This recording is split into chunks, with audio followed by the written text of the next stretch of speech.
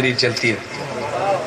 امیر شریعت عطا اللہ شاہ بخاری رحمۃ اللہ علیہ، میں گزارش کر رہا تھا اللہ ہمیں یہ بات سمجھنے کی توفیق عطا فرمائے، آنے والے عالم کے دلائل سنیں، نہ بات پسند ہے تو چھوڑ دیں، بات پسند ہے تو قبول فرما لیں۔ ہم نے اپنی رائے اپنی دلیل کو آپ کے اوپر مسلط تو نہیں کرنا نا۔ اللہ ہمیں یہ بات سمجھنے کی توفیق دے۔ میں اس لیے کہہ رہا تھا میری پوری گفتگو آپ سے مات فرمائے، اگر پھر کوئی بات سمجھ نہ آئے تو میں آپ کے پاس موجود ہوں، آپ بات پوچھ کر صاف کر لیں۔ نمبر 1 لفظ قرآن، نمبر 2 لفظ حدیث۔ قرآن اور حدیث کسے کہتے ہیں، اس کو سمجھنے کے لیے ایک اور بات سمجھیں۔ ہم کلمہ پڑھتے ہیں لا الہ الا اللہ محمد الرسول اللہ، اور قرآن کریم میں بھی ہے محمد الرسول اللہ، محمد صلی اللہ علیہ وسلم اللہ کے رسول ہیں۔ رسول کا ہوتا ہے قاصد، پیغمبر، سفیر۔ قاصد کے ذمہ 2 کام ہوتے ہیں، ایک سے پیغام کو لینا اور دوسرے کو پیغام دینا۔ نبی پاک صلی اللہ علیہ وسلم جو کہ اللہ کے رسول ہیں تو اللہ سے پیغام لیتے ہیں، اللہ کی مخلوق کو پیغام دیتے ہیں، اور پیغام لے کر پیغام دینا، اس کے دنیا میں 2 طریقے چلتے ہیں۔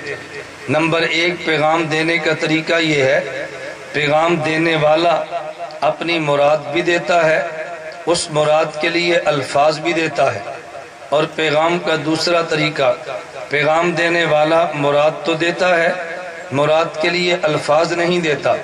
جیسے آپ بچوں کی شادی کے موقع پہ دوست احباب کو جمع کرتے ہیں، کبھی شادی کارڈ چھپوا لیتے ہیں اور کسی کے بندے کو کہتے ہیں بھئی یہ میری خالہ کے گھر، ہمارے ماموں کے گھر، برادر نسبتی کے گھر، فلاں فلاں گھر میں جا کے کارڈ دے دو۔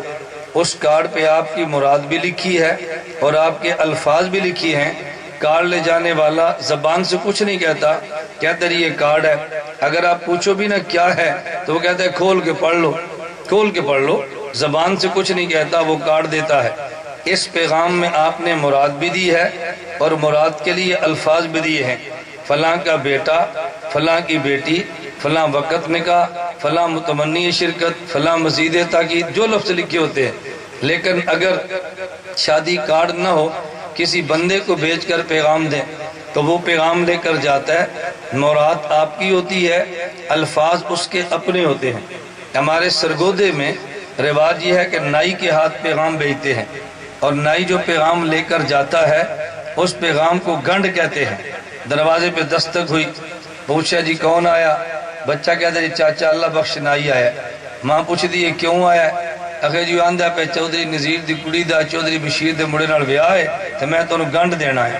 اب یہ جو گنڈ دینے کے لیے آیا ہے یہ پیغام ہے نا، اس پیغام نے یہ لفظ آپ نے تو اس کو نہیں کہے تھے کہ جا کر یہ لفظ کہنا کہ چودھری بشیر کی بیٹی، چودھری نذیر کا بیٹا، یہ آپ نے نہیں کہا تھا۔ آپ نے اس کو بھیجا کہ پیغام دے کر آؤ، فلاں دن شادی ہے اور تم نے نکاح کے وقت یا ولیمے پر آنا ہے، الفاظ اس کے ہمرے ہیں۔ جب آپ نے شادی کارڈ دے کے بھیجا، مراد بھی آپ کی ہے، الفاظ بھی آپ کے ہیں، اور جب آپ نے نائی کے ذریعے پیغام بھیجا تو پھر مراد آپ کی ہے، الفاظ اس کے ہیں۔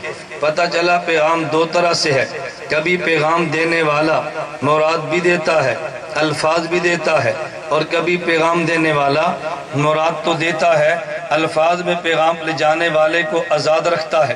اللہ اپنے پیغمبر کے ذریعے اپنی مخلوق کو پیغام دیتے ہیں، کبھی مراد خدا ہوتی ہے، الفاظ خدا ہوتے ہیں، مراد بھی خدا کی ہے، الفاظ بھی خدا کے ہیں، اور کبھی پیغام میں مراد خدا ہوتی ہے، الفاظ مصطفیٰ ہوتے ہیں، مراد خدا کی ہوتی ہے، الفاظ مصطفیٰ کے ہوتے ہیں۔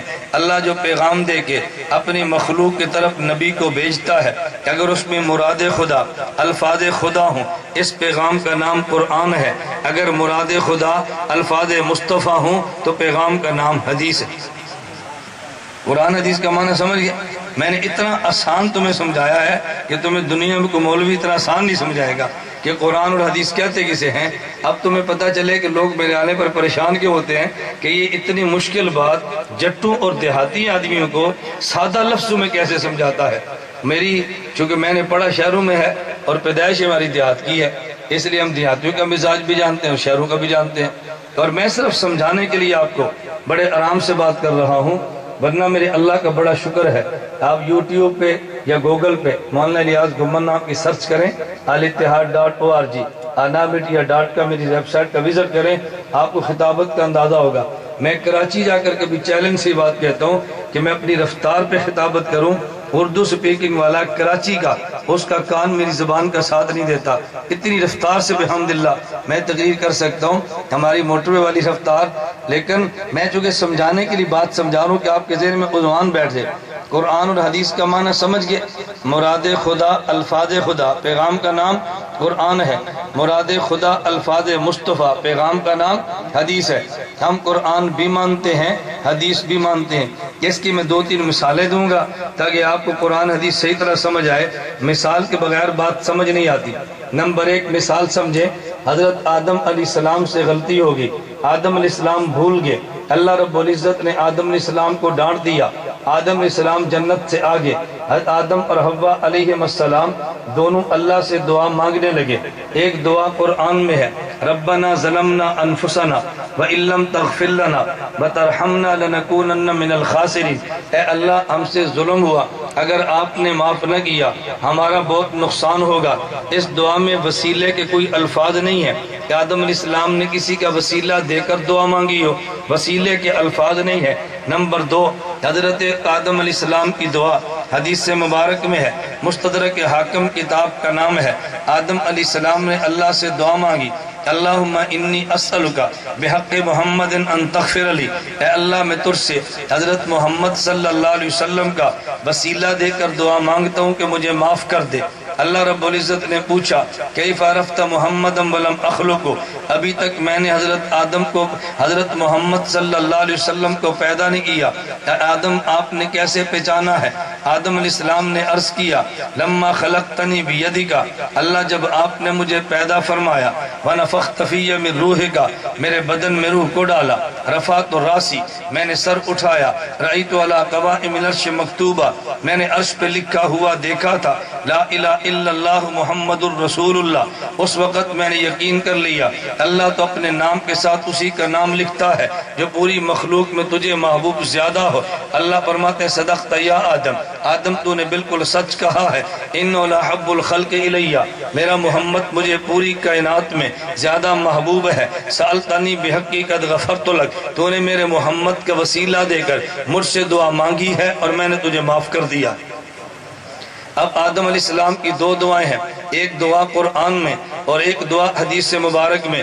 ہم قرآن بھی مانتے ہیں، حدیث بھی مانتے ہیں، بغیر وسیلے کے دعا بھی مانتے ہیں اور وسیلے والی دعا بھی مانتے ہیں۔ مولوی آپ کو دھوکہ دے گا اور یہ آدم علیہ السلام نے وسیلہ نہیں دیا کیونکہ قرآن میں نہیں ہے، اس مولوی سے پوچھو حدیث کا تو انکار کرتا ہے۔ اگر قرآن میں وسیلے والی دعا نہیں ہے تو حدیث مبارک میں وسیلے والی دعا موجود ہے۔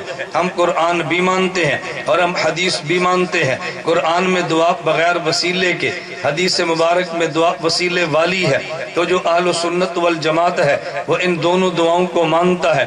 نمبر 2 مثال قرآن کریم سے میں دینے لگا ہوں، حضرت عیسیٰ علیہ السلام کے پیچھے یہود لگے، ان کو گرفتار کر کے قتل کرنے کے لیے حق جل مجدہ نے عیسیٰ علیہ السلام کو محفوظ یوں رکھا، ان کو زندہ آسمان پر اٹھا لیا۔ توجہ میری طرف رکھیں، زندہ آسمان پر خسر مسر اب چھوڑ دیں، اب آپ میری بات سمجھیں۔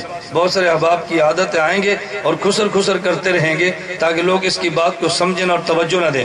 میری بات پر آپ توجہ دیں گے تو آپ کو بات سمجھ آنی ہے۔ میں نے تسلسل سے بات کہنی ہے، آپ نے دائیں اور بائیں دماغ موڑا، میری بات آپ کو سمجھ نہیں آنی، اور کل آپ نے مولانا عاطف سے کہنا تیرا کیسا استاد ہمیں بات ہی نہیں سمجھا سکا۔ قصور استاد کا نہیں، قصور تو آپ کا ہے کہ جن نے توجہ سے بات کو سمجھانی ہے۔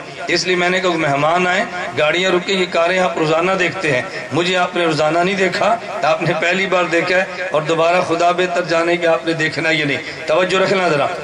نمبر 2 مثال، حضرت عیسیٰ علیہ السلام کو خدا نے زندہ آسمان پر اٹھا لیا، یہ قرآن کریم میں ہے، برفعہ اللہ۔ نمبر 2 عیسیٰ علیہ السلام قیامت سے پہلے آسمان سے زمین پہ نازل ہوں گے، یہ قرآن میں نہیں ہے، یہ حدیث مبارک میں ہے۔ ہم نے عیسیٰ علیہ السلام کا زندہ آسمان پر جانا مانا یہ قرآن میں ہے۔